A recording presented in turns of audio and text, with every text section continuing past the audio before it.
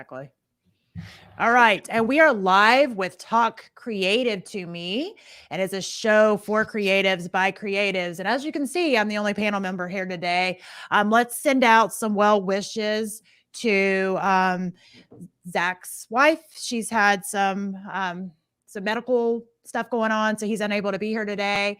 And then Jeff Porini with the Yo Show is unable to be here today. He's getting those Benjamins. He's getting that money, so can't blame him on that. And Tina Marie Trimpert also unable to be here today. She has some personal things going on. So you're just getting me today. So I'm sorry and you're welcome at the same time. But we do have special guest today, Geoffrey D Calhoun from The Successful Screenwriter. He is an author, a fellow podcaster, and the founder of WeFixYourScript.com and all the other things. So I really wanted to just talk to him just about the creative processes of all those things, including, screenwriting. And we can also go ahead and dive into, your podcast and how those two correlate together. Sure. So I'm going to let you say hi to everybody, and I'm going to fix my hair stuffed in my ears again, but you go ahead and talk.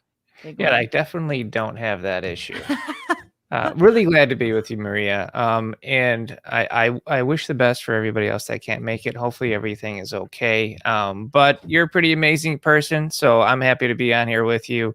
And I run the Successful Screenwriter podcast where I interview screenwriters, indie screenwriters, professional screenwriters, gurus, instructional teachers, all things screenwriting on my podcast. It's been number one internationally, which is pretty amazing. And I've got my own instructing that I do as well. That's awesome. So number one internationally. That's pretty cool. I know we've had a discussion previously just on my podcast, Successfully Chaotic, and we talked about just no, we were actually in spontaneity. That's what it was, spontaneity. And we were talking about screenwriting and how not knowledgeable I was about that subject. And you had a lot of amazing nuggets of information that I was able to I felt like I was a little bit smarter when I got done with that conversation. I was like, wow, I know some things. This is really awesome. But I really wanted to kind of dive in a little deeper because on this show, we really like to talk about the creative processes behind it because of, when you talk about creatives, there's so many, angles to that. Some people are musicians, some artists, authors, all the things. And, we mentioned three separate things, obviously with you, you are an author. So you've written a book, you're a podcaster. And then you also have all the stuff going on with screenwriting. So those are three very distinctive, creative things going on. And I don't know what order you want to kind of touch on those, but, I do for our listeners, I do want to kind of give some information on what does that look like, your creative processes on these things. Oh my gosh. You're like, that's a lot. Let's just start out with a softball question. What is the creative process is wholly individual. So it really comes down to what works for you and how does it allow you to find your voice. And I think that's kind of the string narrative with all of the different things I do. Was finding my voice and how to express that out to everybody, and not just from being a podcaster and trying to do that and being able to talk and not sound too ridiculous, but also as a writer you have to find your voice that separates you from the pack. If you're running a business like I run We Fix Your Script, you have to find the type of voice you have that lets people know what you can do and how you can help them. And I think a part of what I do, or part of my journey into coming into this, was really finding out who I am, learning about the best way to express myself and to show people that I'm here. Which I love that. I like that you're talking about coming from a specific voice, because I think that's so important no matter what creative, aspect you're talking about, or business or whatever. Really, you need to figure out what is your voice in all the things, really. So I like that you're coming from that angle. Let's start with, we'll start with your book, actually, because I think I just want to start with the book. So what made you decide to write a book? Just like one day you woke up and you're like, I'm going to write a book. How did that? That's a great question. My book is strategically placed behind me. So the book is, I wrote that book. I didn't want to write the book. Let's put that first of all. Being dyslexic, it's like that's a nightmare to try and to take on. But it was the book I always wanted to read Okay. and couldn't find anywhere. Because the thing with screenwriting, and I'm not sure how this is with other literary disciplines, but with screenwriting, everything is hyper specialized. So when you go to find a book on screenwriting, what you're going to do is you're going to find a specific topic. So there will be books about character journeys, there will be books about formatting, there will be books about, things like subtext and all these other terms I can throw at you. But there wasn't a book that kind of covered everything. And I always found that frustrating because I've got a, shelf full of books behind me. So I wanted to create an easy to read, easy to understand and access screenwriting reference guide. And I couldn't find one. So I said, okay, I'm going to write it. And so then I templated it off of Strunk and White's old grammar book, because I always found that's really easy book to understand.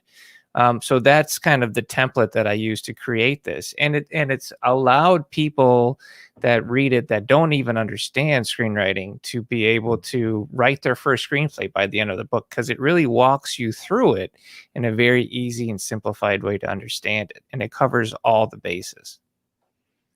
So if somebody's out there right now, they're like, "Oh, I've never thought about writing a screenplay." Yeah. Like who like can anybody just decide, you know what, I want to write one? Is this like I can pick it up, not knowing even what that is and walk through the steps in Yeah. your book? Absolutely. I mean, that is how I designed it. It's, beginners, people that have never used it can sit down, read this book in a few days. And by the end of it, they can develop and write a screenplay. I mean, it covers everything. If you've been writing for a really long time and you're an expert at it, there's a lot of the stuff you'll already know, but there are nuggets in there that I've had directors that have won Emmys come up to me and say, like, I never even considered subplots, so because I have a way of showing how subplots come into a script and mix with the main plot, which this isn't something anybody else ever talks to. So there is advanced stuff in there as well, but I've boiled it down so that it's very easy to follow. Okay, so I know you own a business where you help other screenwriters Yeah. to be able to develop or perfect, their own work. What came first? I guess the question of what came first, the chicken or the egg? What came first, either in your mind or just, I guess, tangibly in reality? The book, the business, the podcast. Like, how did that all come into play? Before I did anything, I started We Fix Your Script, and that was birthed out of when I was at a film festival, and it was in London, and I wasn't really digging the film festival. So I ended up working on a script with a director in the lobby, and I helped him fix a script he had been struggling on for a long time. And then word got around and people found out, hey, this guy's fixing scripts. So I ended up spending my time at the festival doing that. Then I ended up going to lunch with this German actress who was trying to break this story about a woman who loses a daughter. It was really important to her. So I spent lunch with her. And by the end of lunch, we had broke the story. And then she broke into tears, really moved. And I said, what's going on? And she said, well, I can write this script now because I lost my daughter. And when she said that, I mean, it just hit me. And I was like, wow, if I can help someone like this, then this is what I need to be doing. Absolutely. And I think a lot of people, and I'm a lot of people, you think of screenwriting, you're thinking TV, movies, all these things. But, a lot of the creative genius behind those things, a lot of times comes from somewhere very personal. A lot of these comes from something they've experienced or kind of been through. And I love that you use that as an example with the lady that lost her daughter, just because a lot of times the creative stuff that comes out of us is very much kind of seeped in emotion. And I love that. Well, art in screenwriting in general is cathartic. So, I mean, this is something that Aristotle talked about in his book, is about how a proper play or even modern day a proper screenplay can take an audience on a journey so that by the end of it, they have an emotional or even a spiritual cathartic release. And so for the audience, yes, but a lot of people don't realize for the writer too. I mean, if you're writing and you're really writing something great, you will find yourself welling up in tears. You will find yourself getting emotional or needing to step away and grab that chai latte for a minute because you're like, I just need a second. So Yeah. for us, it's incredibly therapeutic. And that's why the stories can be so personal to a screenwriter. And then at the same time, why they can have so much difficulty taking any kind of feedback or criticism about it. Well, it most definitely is an art, and art is very personalized, and I can definitely see that. Honestly, before I started talking to you, I didn't really know much about screenwriting. I didn't know it. I know you're not shocked by that because we've had plenty of conversations at this point about it, but I honestly never, I guess because I never was around it, I never really thought about all the processes that go into it. I mean, I guess I knew that somebody was writing the stuff for Right. TV script and for movies and stuff, but I never really looked at it like a full art. I know that sounds really terrible now to say No, no. that I way, mean, you but you shouldn't feel bad at all because I've been screenwriting for almost 15 years now, and I'd say for a large majority of it, I didn't know that people were making a living screenwriting. I was just Mhm. doing it because it was my way of expression and creativity, and I really enjoyed the process. And then one day, this really sweet old lady asked me if I loved what I did for a living, and at the time, I hated the job I had. And I told her no. And she said, well, you got to find what you love. And then it dawned on me like, oh, maybe I could actually do the screenwriting thing. Like, so I was even screenwriting and didn't know that you could do anything with Yeah. it. So I think it's very common. Well, but I mean, being able to really pour your heart and soul into something, whether it's music, poetry, a book, a screenplay. Do you call it a screenplay? I still have I'm still Yeah, you trying to call figure it out all the a words. Okay. screenplay or a script. This is Okay. fine. Yeah. So, whatever you're pouring your heart into, I like that you use the term expression because, I guess, for me, looking back, I've always been, very creative, and there's been different outlets and ways I expressed it. But a lot of those I didn't count as an art because, to me, in the past, there was only specific things that were an art and everything else was just like hobbies, right? It was just things we Right. did. Right. But I don't see that anymore. Like, I mean, if it's something that you have an emotional connection to, that's literally the way that you express yourself. To me, that is an art. That is, your way of, using your creativity to make a change on the world. And, I think you can kind of fill in the blanks with, what you love and what you're drawn to on how you can do that. But, I sit and think about, different movies that I've watched or shows that I've watched or plays that I've watched that have touched me deeply. Obviously, those were written by somebody and probably came from a very deep, emotion that they had Right. when they were writing it. And I guess I never did tie all of that together until more recently. But that's one of the reasons I wanted to have you on because I don't think that screenwriting is a art that's discussed very often, and I think that's why so many people maybe.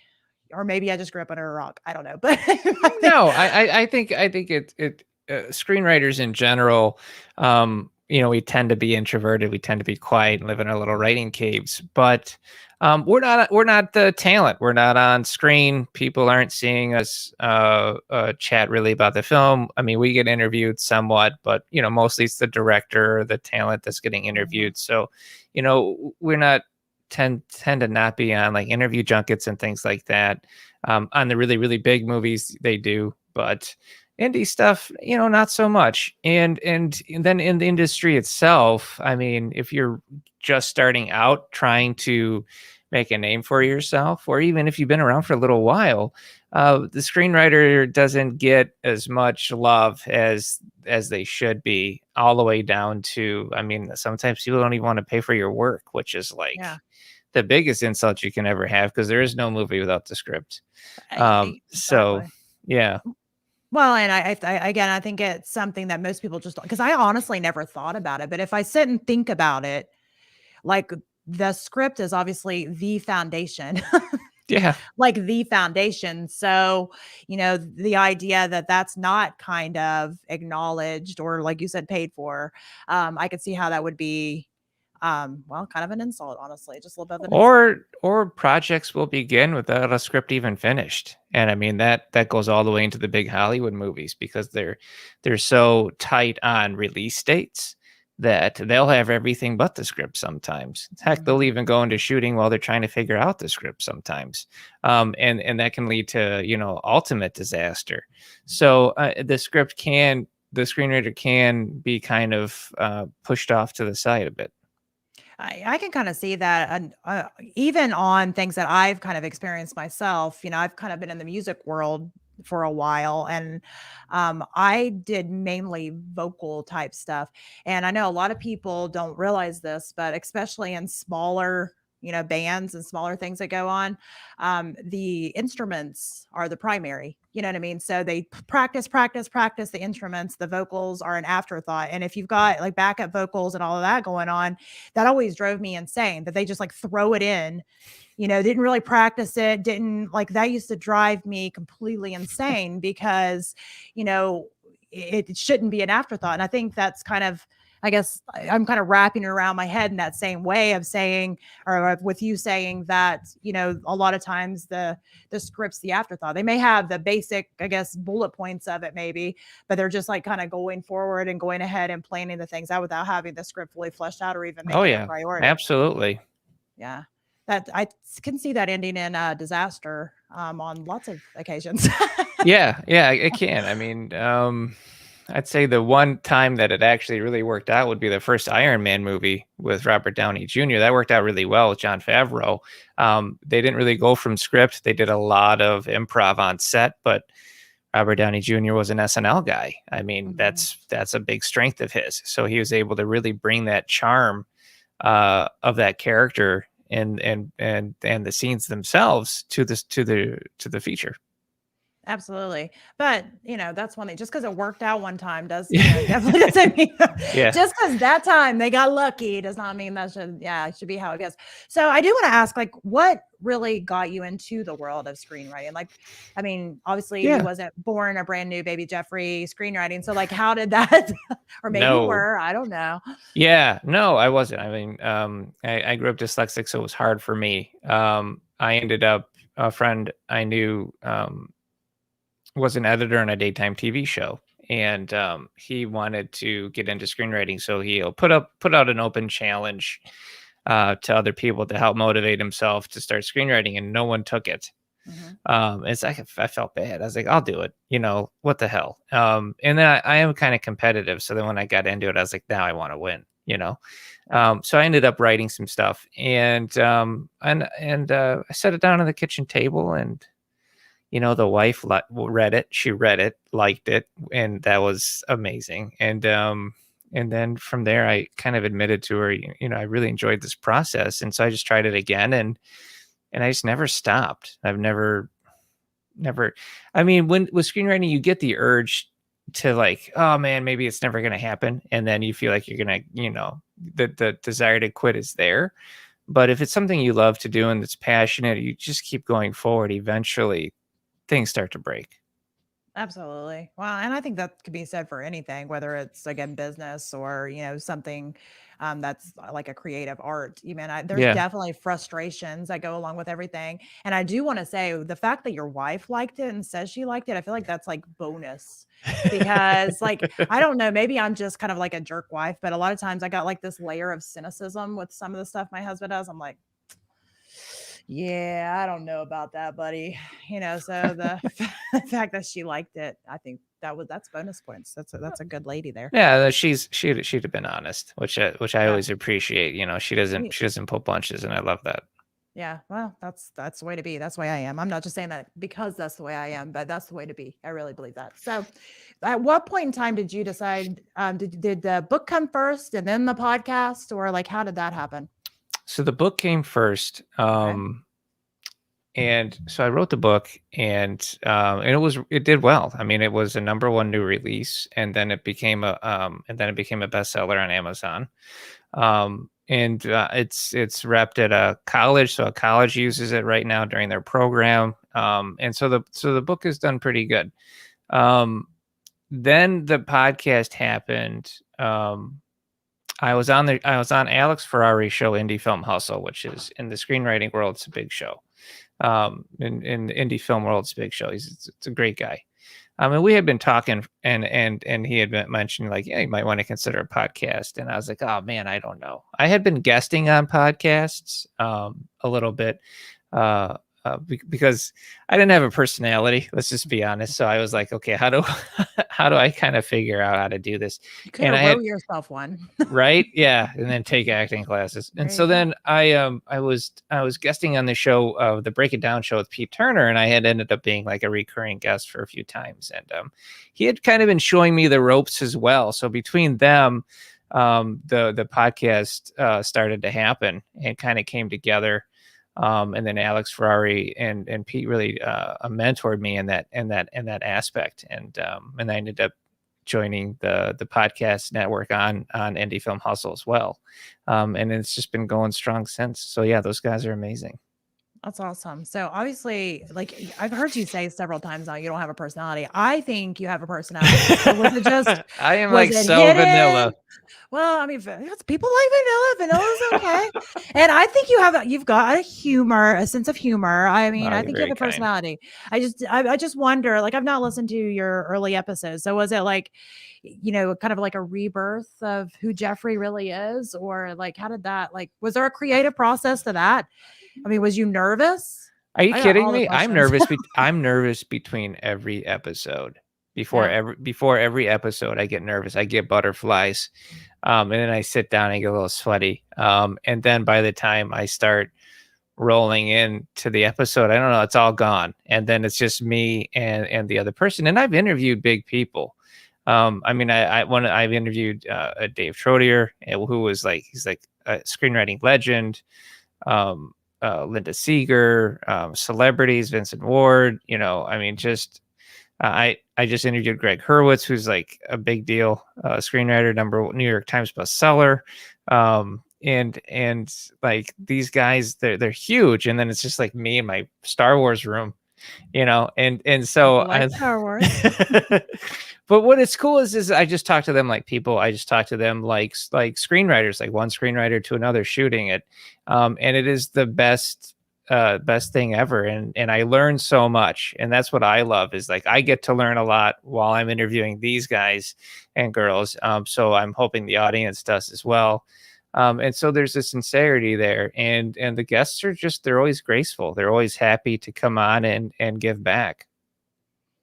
Wow, and I love the world of podcasting just because you learn so much. Even if I have a guest on that I know all the things, or I think I know all the things kind of in that world, was obviously we've already discovered that screenwriting is not one of them, but I'm just saying with the guests that I know a lot about that artistic, industry or business or whatever it may be, I still gain all these nuggets. Like you were mentioning from your book that, there's still nuggets of information that even if somebody's been in it, like from the time they were born, they're going to be able to pull stuff out of there. And I think that's the great thing about life in general. You're always learning. Even if you think you know all the things, you're always learning. And podcasting connects the dots between people like nothing else really does. I think that, our generation, or we're going to be known as the generation of podcasters, because we've all got one. Absolutely. But that was the real baby boom of the pandemic, by the way. It really was. It was a real baby boom. Everybody's got one now. But I think that it does. I think it peels back the curtain and pierces the veil, so that you can kind of see somebody outside of all of the show, outside all of their performances, and get to see who they are and get a little bit of like you said, a little bit of the nuggets to pass along. And I think it's a beautiful thing to be able to do that. And you get to see the real, for the most part. Most people's shows are not perfectly curated for, there's a few exceptions on that, but we're not going to talk about that. We're going to talk about the ones that they're very real, raw, and authentic, that you get to see, that real person and who they are, and really establish that know, like, and trust factor. And I say that for business owners all the time, podcasters all the time, like all that stuff is, don't be afraid to be who you are. I'm obviously quirky and say weird things all the time. And that's who I am. You know what I mean? It's just, this is how it goes. This is Maria. That's who I am. You have a personality. I like your personality, and I need to listen to more of your shows. I want to listen to the very beginning. I want to see, were you really nervous? Were you really My like first show, shy? I've been told that the first show plays as all the other ones, which I don't know. I mean, I'm my own worst critic. So when I listen to my episodes, I'm just like, oh, I cringe, But other people, I had somebody the other day who messaged me and said, I just listened to 9 hours of Geoffrey. I was just like, that's like, are you okay? That's the first thing I want. A little flattering. It's a Yeah. little creepy. A little creepy. I don't know how to No, say. I didn't take it as creepy. I was flattered because I think they were really enjoying the content. Yeah. But it's just like, wow, you don't expect that, and because I'm just doing my thing. I mean, that's how it is. I mean, I look at the numbers and okay, they look good, but I don't think anything beyond that. I don't think there's people that are purposely tuning in or can't wait till the next show, but obviously there are. And then I had a lady, a really nice lady, called me the other day and thanked me for what I do. And I was just like, I mean, I'm not ready for anything like that. When I hear stuff like that, I was like, you're welcome. Yeah, awkward. Yeah. You're like Nick on The New Girl. You moonwalk backwards out of the room. Like, I was like, did you ever watch The New Girl? I love The New Girl. My wife loves that show. Oh, I would come in intermittently and not know what's going on, and then she would just look at me and like sigh for half a second, and then give me like the highlights of whatever the half a season I've missed, and then they come in like a half a season later. But she did love it, and I can see why. They look pretty quirky. It is. Well, and I like quirky is how it goes. Maccabee Griffin. Mac is actually a voiceover actor. He's a great guy. And he said it's an artistic thing to not think we're good enough when we put personal stuff out to the world. And I think, oh man, he's my spirit animal. Listen, I have to tell you what cognitive dissonance is real, right? So it's that whole, you could have imposter syndrome or not worthy or whatever it is. That you're dealing with. And I will tell you, there are a lot of creatives in film that are like that. Even big people that you go like, wow, this person is amazing. They think they're terrible. It's just a real thing. And they just, I just keep trying to do the best I can. And that's it. So what's your go-to? When you're hesitant about putting something out there, like, do you have kind of a go through creative process to say, okay, this is good enough to release? I have people. Like I'll give you an example. So the book, right? I wrote the book and then I thought, is this crap? Is this just trash? Like, what am I doing? So then I had two people that I really trust that are objective and brutal. And so then I sent them the book and I just said, I just need to know if I put this thing out, if I'm embarrassing or killing my career, and so they read it. One of them said, they were actively shooting a movie. And they said, I'm actually using this right now while I'm shooting, which blew my mind. And then the other one said, I've referred back to like things like your subplot several times while working on a script. You've got something here. So when I heard that, I knew it. I knew it. And so then I pitched it to a bunch of publishers. And of course, nobody was ready to do it. Nobody pulled the trigger. One person said, one huge publisher said to me, well, there's no market for this book. And I said, I am this book. I'm literally am this market. And if I want this book, I know other people want this book. And they said, oh, no, just specialize on subplots. Don't do everything. And I said, okay, so you don't think there's anything for this book? You don't think anybody will like it? He goes, no. I said, okay, so now I'm going to make it a bestseller. I'm not even kidding you. My brain clicked like that. Now I have to get it out to the world and show everybody this book. And we did. I guess sounds spiteful. No, but I was like totally motivated. That's my personality too. I'm like, oh, I can't. It's that there's a meme that goes around and says, you tell me I can't, I'll do it twice and take pictures. I'm like, that's definitely me because, I do agree. You definitely want to have those trusted people that'll give you constructive criticism. But there is a big difference between constructive criticism and just like cynicism. You know what I mean? So, yes. I mean, and that's the difference. And, it makes a huge difference. Well, no, I think you're right because constructive criticism, cynicism is birthed from someone that is either jealous or or definitely does not have your best interest at heart, right? Yeah. So they don't want to see you succeed for whatever reason that is, right? Constructive criticism comes from a place of caring. Comes from a place of heart, that you care enough that you're trying to help this person not fall on their face. Yeah. And so the difference is, what is the intention of that person giving you those notes? And so you almost have to like read them, right? You have to read the person giving you notes. How are they in my life, and how are they affecting me? Is this a toxic relationship? You're not going to get good notes. Absolutely. Yeah. And I mean, I think toxicity is real. I mean, we hear about it just in personal relationships, but it's very true in business relationships too, 100%. And, to me, not knowing the person that you talk to, I definitely think there was a layer of cynicism there, and potentially kind of that know-it-all personality, where I have been in this industry for so long, I can tell you right now. And I mean, like you mentioned, you were your target. So you knew there was at least one person out there that wanted it. You know what I mean? Yeah. So, and as much as we all like to think we're super unique, and we are in a lot of ways, I can guarantee you, if there's one person, there's multiple people. So Right. the idea that person was like, there's no way, that I would be the same way as you. I'm like, watch me. Yeah. So, Jeff has the best personality, and he's humble enough to deny it. See, Jess Paul is fabulous. I love Jess. I do too. That's awesome. Yeah, Jess is a great person. She's been on my podcast a few times. Pretty amazing.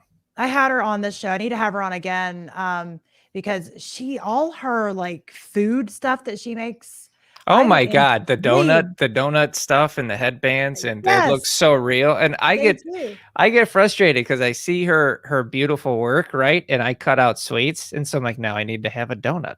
Maybe you just need to buy her products and have it there, and then maybe she could make them like scented, so at least you could sniff it. Like, no, but she's so talented. She is. She's super talented at all the things. And we had another person says he's a musician, freelance musician with theflyingmusicians.com, and he's retired. He likes the podcast. Thanks so much, Don. We're glad you're tuning in. Make sure that you check out Geoffrey. He's also great, and he's got a great podcast. So obviously the name of your podcast is right there by your name, The Successful Screenwriter. So do you talk all things? Like I said, I haven't listened to all your episodes. Yeah. I haven't listened. You haven't listened to all of my episodes? So I know I'm not the person that said, Geoffrey, I listened to 9 hours of you. I didn't. There's so many good podcasts out there, and I always struggle because I am very much the person who like wants to be like the supporter and the cheerleader. I want to help everybody, and that's my personality. But there's only so many hours in a day, so I jump back and forth. But anyway, point is do you only talk screenwriting, or does it kind of like segue into also acting to like kind of paint a picture of like who your listeners are? I try and so I mean, screenwriting is what I do, but I go beyond. So I interview actors and I get their perspective, like I did with Jess Paul. Jess Paul came on the show, and I asked her, and we got her actor's perspective. So I do that. I've done that with directors. I've had people that made films come on and talk about the film. I just interviewed the lead video game designer and writer of Fallout New Vegas, which was a big game that came out a few years ago.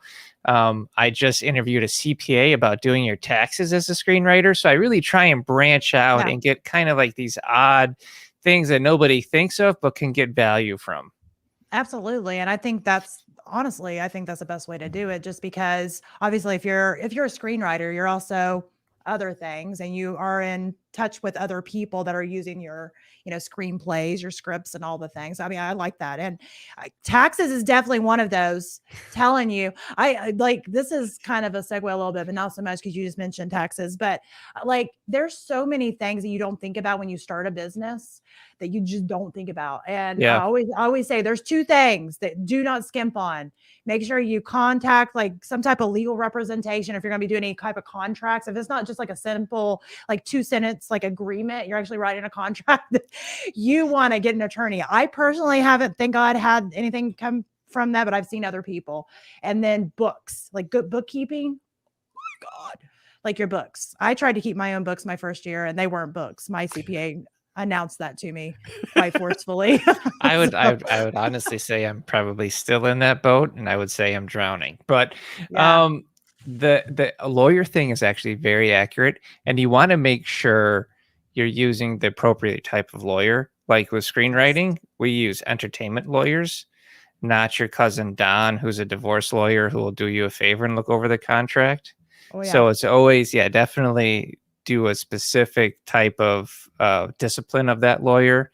You don't want to use an oral surgeon for neurosurgery, right? Exactly. Exactly. And that's a good point to make, because I think a lot of people just think an attorney's an attorney. And honestly, I probably thought that before I had a business, but I didn't realize that, there's attorneys that specialize in trademarks. There's attorneys that Yep. specialize in legal documents. And even though they all go to law school, their specialty takes on another form later on. Mhm. Same thing, like you mentioned with a physician. So I think that's really great advice. And there you go. If you haven't had an attorney on there, you should have an attorney on your podcast, because these people need legal representation, Geoffrey. All right. Feel free to send them my way. have to We'll find get them somebody. booked. There we go. I only know one attorney that I know is an entertainment attorney. He's in Nashville, and I don't know if he'd come on or not, but I can ask him. That's a fantastic idea, actually. I've reached out to agents and managers, and I've had them on, but I think an entertainment attorney, I think the show is ready for it.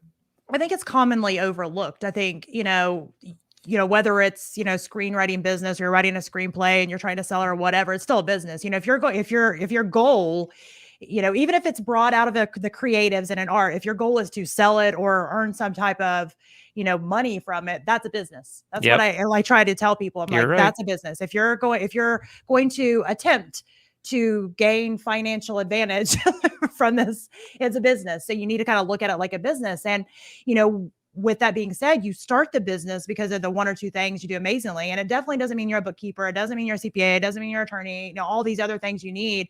And those can be overlooked, and they can get you into a lot of trouble. And like I said, luckily I didn't get into the legal side of it, but I ended up paying my CPA far more than I would have had to pay a bookkeeper to just do my books, to go through what I thought was quote unquote books that were just hot mess of nothingness. And it would have been so much cheaper. So those are usually, I say that, I feel like I say that like every other show, because it hurt. So there's that. Yeah, but you felt it. Yeah, I hear you. I did. That's how it goes. But yeah. So, okay. If somebody is out there right now and they're like, man, screenplay or writing sounds, I almost forgot the word. Screenwriting sounds so amazing, and I want to try it right now. Geoffrey, I want to find your book. I should buy your book and try to be a screenwriter, because here's the thing. I would be the best testimonial ever. I can even say it in a sentence properly. So if I become a successful screenwriter, I will be your poster I will have child. you on the show, definitely. I will be your poster. You'll be like, this girl, let me play you this clip here. She can't even use it in a sentence. And that's now hilarious. So that's what I'm going to do. I'm going to buy your book. After my 12-step program. Yeah. So. I also could write a screenplay. So I think that's how it is. I'm buying your book. I'm doing it. It's going to happen. So anyway, if they're like me, or maybe not like me, maybe they actually know how to use it in a sentence, but they're wanting to try to figure out on how to write a screenplay. Number one, where do they find your book? Let's go with that first. No, my book is available everywhere. So you can get it on Amazon. That's pretty easy. Mm-hmm. It's also available at Walmart.com, or Barnes & Noble has it you can order it from Barnes & Noble. So it's very easy to find. You just Google the guide for every screenwriter, and it'll pop right up.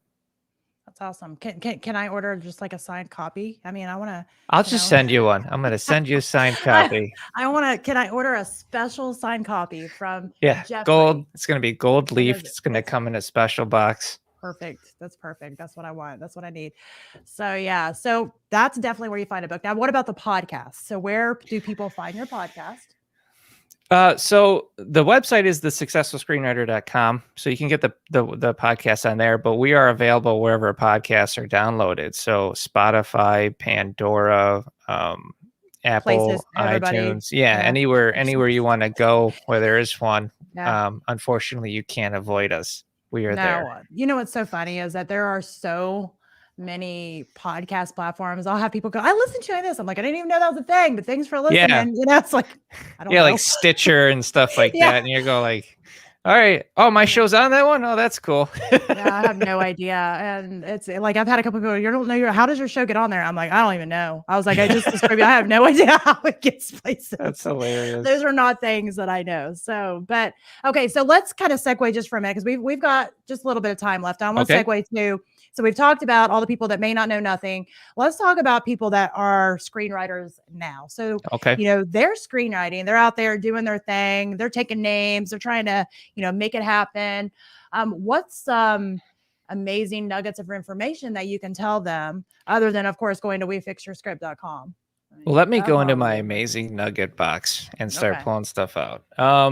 Right now, it's incredibly difficult with COVID. We can all agree, because traditionally, the answer would be like, oh, get out there and network at film festivals and build your connections.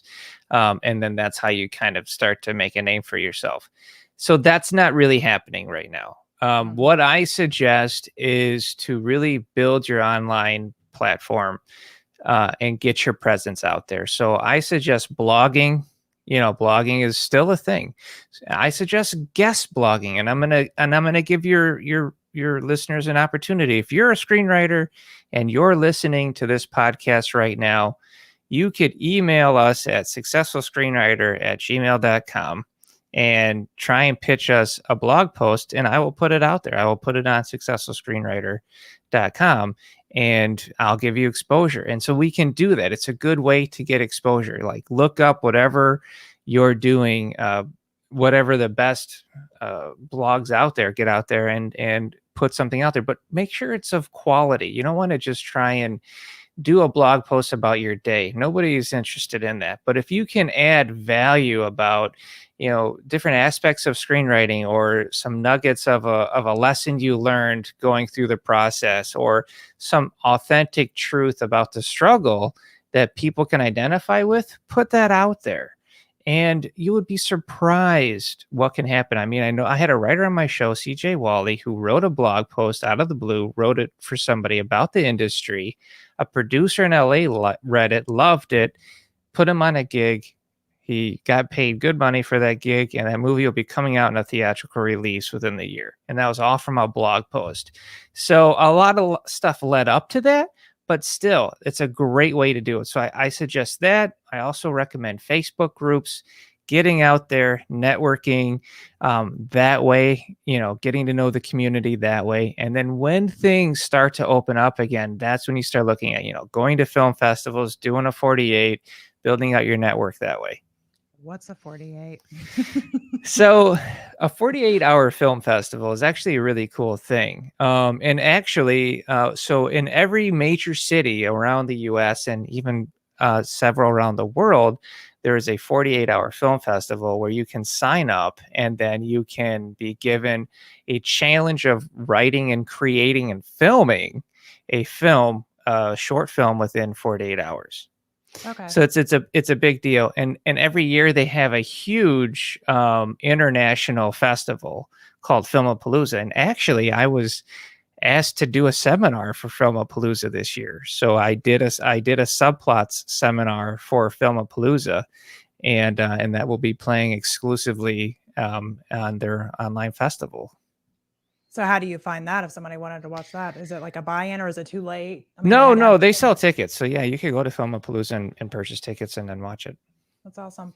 I felt like when I asked you what a 48 was, you did like the parent side where the kid asked, like, where do babies come from? You were like, oh no, did I really? I am so sorry. I don't mean to come off weird.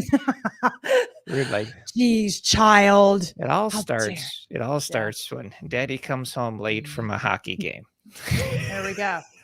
My couple of mine started with tequila. We'll just go with that. So, and this is, I really hope this person is not watching this right now because they're kind of local to me, but there's a lady at this establishment and her name's Tequila. Her actual name's Tequila. It's on her shirt, on her tag.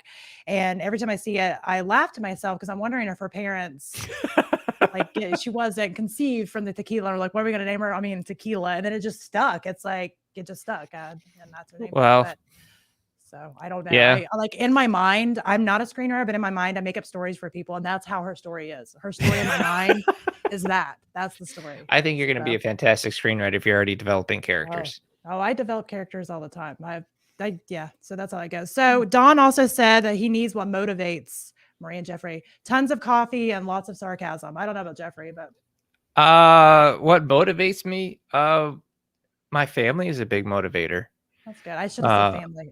family. I say it too. What motivates Maria is her family, her There we dear go. family. My She dear loves family. so much. No, my family is a big motivator. I'm in my 40s, so legacy is starting to hit in, where you start kind of looking at your life and going, okay, what am I leaving Yeah. for the rest of the world? What am I leaving for my kid? Right. So legacy, so I've made it a big part of myself to really try and give back to as many screenwriters as I can, and really help touch their journey, so that at the end of the day, I feel like I did my part. I think that's huge. I think like the entire kind of give back mentality is huge. And, you know, you look back at some of like the people that became famous like later on, like after they passed away. Because I think a lot of times we think about success, we think about fame and money and all these things. And I've literally thought about this in my mind. I'm like, what if one day this little thing that I did is like all of a sudden they're like, oh, there's this lady that was alive 200 years ago and she did this right here. And I'm like, okay.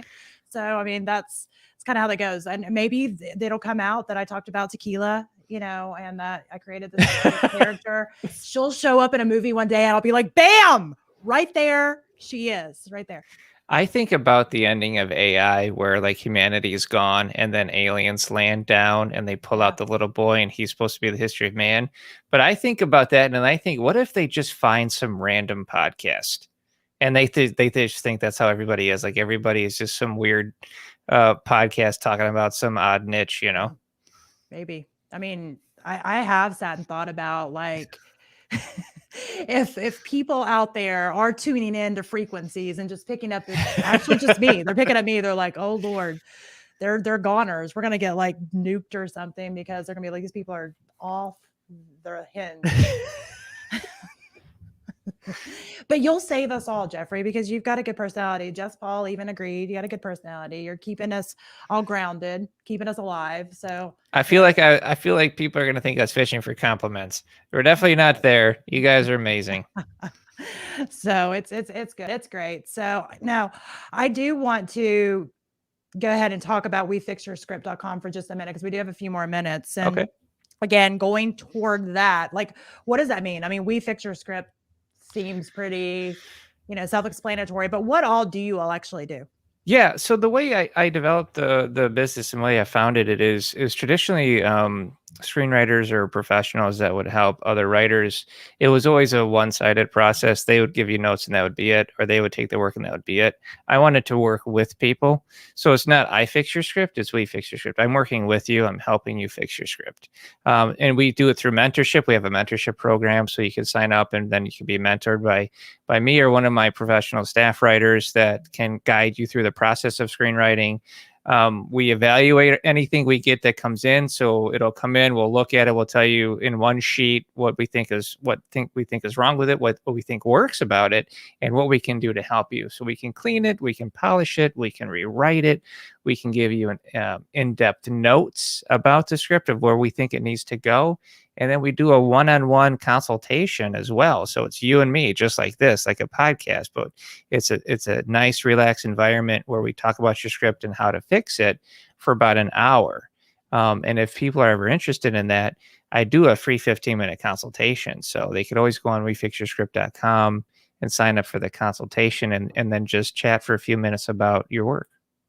I love that. That's great. So if you have a script out there right now, you need to go to wefixyourscript.com and sign up for that free 15 minutes of Geoffrey.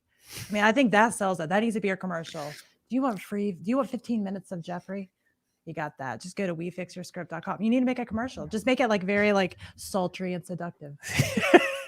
That's what I've got in mind. With light jazz music playing. Maybe some Perfect. Yeah, perfect. I love Got it. It's good. Yeah, you with Baby Yoda in your arm like this. You're like laying on a bearskin rug, no, or like a Chewbacca costume rug. Hold on. Oh my God. So, are you terrified now? Embarrassed? I mean, I'm a visual guy, so you've picturing me laying on yeah. So it's working. I mean, it's working. I think that it would be funny. People. I think I need to So purge that. All right. Just said that We Fix Your Script is a fantastic service, most helpful script notes that she's ever received. Aw, thank you. So That's that's very a sweet. wonderful testimonial. I love that. So yeah. And sorry, I didn't mean to do that. I was like double clicking. But yeah, so obviously everybody has established that we love Geoffrey, and I feel like it's like gone to like fangirl level, like hashtag we love Geoffrey. You should even potentially look at purchasing we love Geoffrey.com if it's available. I think that would be great. You could print out some shirts. I would I buy know at least one. I know somebody that would go to it at least, so that's good. Yeah, that's good. Yeah, I would it's buy the worth it. shirt. I'd be like with like the little like number one finger. Woo! I'll get the So, We Love Maria that's shirt, and good. then I get really That's weird good. if we walk That around will. in public. Well, I keep telling my husband because he gets embarrassed way easier than I do. And I keep telling him I'm gonna get him like gifts. Like I'm gonna get his face on a shirt and he's gonna get mine. And we're gonna go out on a date like that because I think it would be funny. Now That would be hysterical. I would do I- something like that with like socks, though. I'd have like I would do faces on my socks. socks. I would do socks. It's I think funny all of you say about embarrassed. I get recognized in public. I wonder if you have this issue. I get recognized in public, but never for who I am. Oh, yeah? People always think like, "Are you my sister's cousin?" I get that, or like I'm like, I don't think so. so and so's ex boyfriend. I get called out in public all the time for that, and I'm just like, I don't know. Or people think I work wherever I go, which I think is absolutely hilarious. You could really play on that one. Just start answering the questions, how can I be of service? And I think you could really make a play on that. And if you're interested in writing a screenplay, here's my card. Yeah. Just kind of like really segue that over. I know you think I work at the Petco, but Yeah. if you want to write a screenplay, you can take this card. Yeah. Yeah. Like the new Air Bud movie, like maybe they're in there, they're being inspired. They're in there looking at all the dogs. They're going to write like, what is it at this point? Air Bud 49. I don't even know how many there are at this point. There's a lot. They're a national treasure. So I guess so. I don't know. I'm sure that people put their heart and soul into it, but I got lost after the. I know a guy who wrote a couple of them. I think it was just a payday. That would make more sense. But yeah, I think after a while, parents everywhere are like, come on, not another one. We can't do this anymore. So it's like, I feel like maybe that should be my gift to the world is that I just buy your book, take some time and write some, stuff for parents who are tired of watching like these terrible sequels of these like kids movies. Like I just write something that'd be fun to watch. I'd happily watch it. So be good. So do you have any valuable nuggets of gold that you would like to leave our listeners with today before we? Yeah.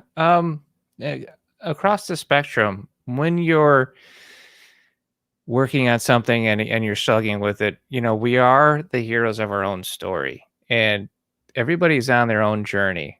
And eventually, of course, it's going to get really difficult. It's going to get really hard, and that tends to be right before you make that big moment, or at least a significant moment in your journey, and then you move on. So when you hit those moments where you're like, I just don't think I can do this anymore, it's not worth it, and you want to give up, if this is something that you really do care about and it's not about ego, like this is important to you, stick with it and know that eventually the turn is around the corner. Absolutely. I think that's part of the creative process, honestly, is questioning, doubting yourself. But if, like you mentioned, if the passion's really there, just forget all of the naysayers if they're out there, forget all your internal voices, like Max said earlier, telling you that your stuff's not good enough.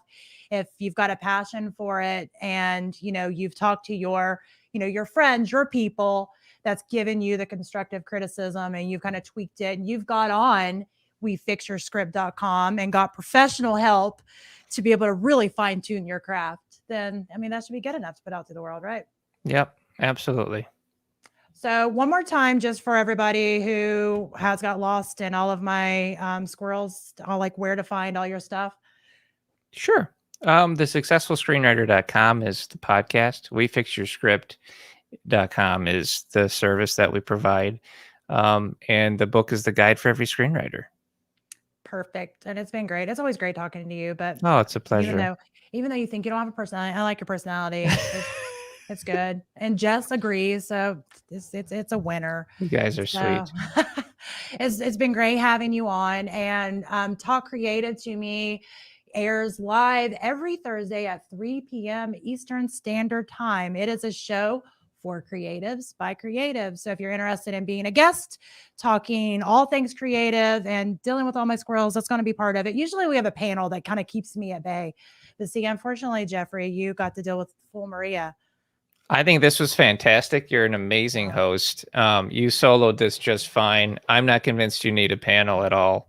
So I wouldn't be. I appreciate that. That's very, very, very kind of you. They usually keep me at bay. They're like, stop, Maria. No, stop. I'm like, okay, I'll be good. So yeah. So anyway, but yeah, make sure you tune in every Thursday at 3 p.m. You can check out the replays of our episodes over on our Facebook page, Talk Creative to Me, also on successfullychaotic.com. But yeah, go ahead and go over to Talk Creative to Me Facebook page because it's sad. It's new. I think we have like 73 people on there. And I just don't want to feel like a loser. If we could get up to at least 100, I mean, I feel a little better about myself, but we're at like 73 right now. But it's a new page. So go over there and like that. You want to, you know you do. And until next week, thanks a lot for tuning in. And thanks, Geoffrey, for being on. Oh, my pleasure. Thank you.